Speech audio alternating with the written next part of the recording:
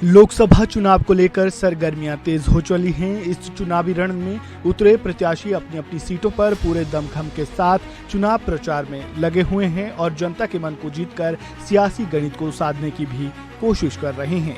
इन सबके बीच राजस्थान की बाड़मेर लोकसभा सीट इन दिनों काफी चर्चाओं में है। यहां का त्रिकोणीय मुकाबला इस सियासी जंग को बेहद अहम बना रहा है। यहां से 3 उम्मीदवार मैदान में हैं। बीजेपी ने जहां केंद्रीय मंत्री कैलाश चौधरी को यहां से दोबारा टिकट दिया है, तो वहीं कांग्रेस ने उमेद राम बेनीवाल को प्रत्याशी बनाया है। इन दोनों प्रत्याशियों के बीच निर्दलीय उम्मीदवार रविंदर सिंह भाटी भी टक्कर में बने हुए हैं। रविंदर सिंह भाटी के चुनावी मैदान में उतरने से बीजेपी की टेंशन बढ़ गई है। सियासी समीकरणों को लेकर यह दावा किया जा रहा है कि रविंदर सिंह भाटी के चुनाव लड़ने से बाड़मेर जैसलमेर सीट पर बीजेपी की मुश्किल बढ़ सकती है।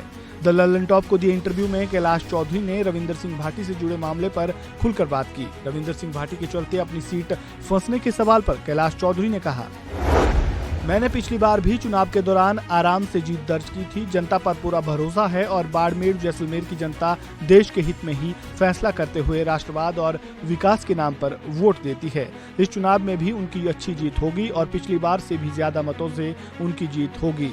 रविंद्र भाटी को मनाने को लेकर उनसे बात हुई थी, वो मान भी गए थे, लेकिन इसके बाद भी उन्होंने चुनाव लड़ने का फैसला किया। हालांकि ये उनका निर्णय है, इस पर प्रश्न चिन्ह लगाना ठीक नहीं। उन्होंने कहा, किसी की महत्वाकांक्षा ज्यादा किसी की कम होती है, कोई मानता है कोई नहीं मानता है।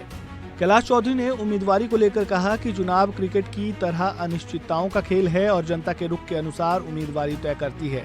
रविंदर सिंह भाटी एक समय डिफेंडर गाड़ी में बैठते थे, अब उसी गाड़ी में कैलाश चौधरी भी बैठे दिखे। इसको लेकर उन्होंने कहा, मैं एक गाड़ी में चलने वाला व्यक्ति नहीं हूँ, मेरी कोई गाड़ी नहीं है। मेरे पिताजी सरकारी नौकरी करते थे, हम ईमानदार है। इसके अलावा कैलाश चौधरी ने रविंदर सिंह भाटी और कांग्रेस नेता राहुल गांधी की लंदन में हुई मुलाकातों का भी जिक्र किया। उन्होंने कहा, जिस वक्त राहुल गांधी गए उसी वक्त विपक्षी नेता भी गए हैं।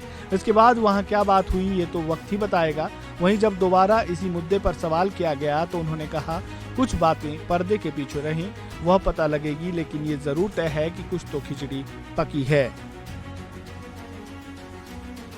इस खबर में फिलहाल इतना ही। खबरों से जुड़े ताज़ा अपडेट के लिए वन इंडिया हिंदी को सब्सक्राइब करना बिल्कुल ना भूलें।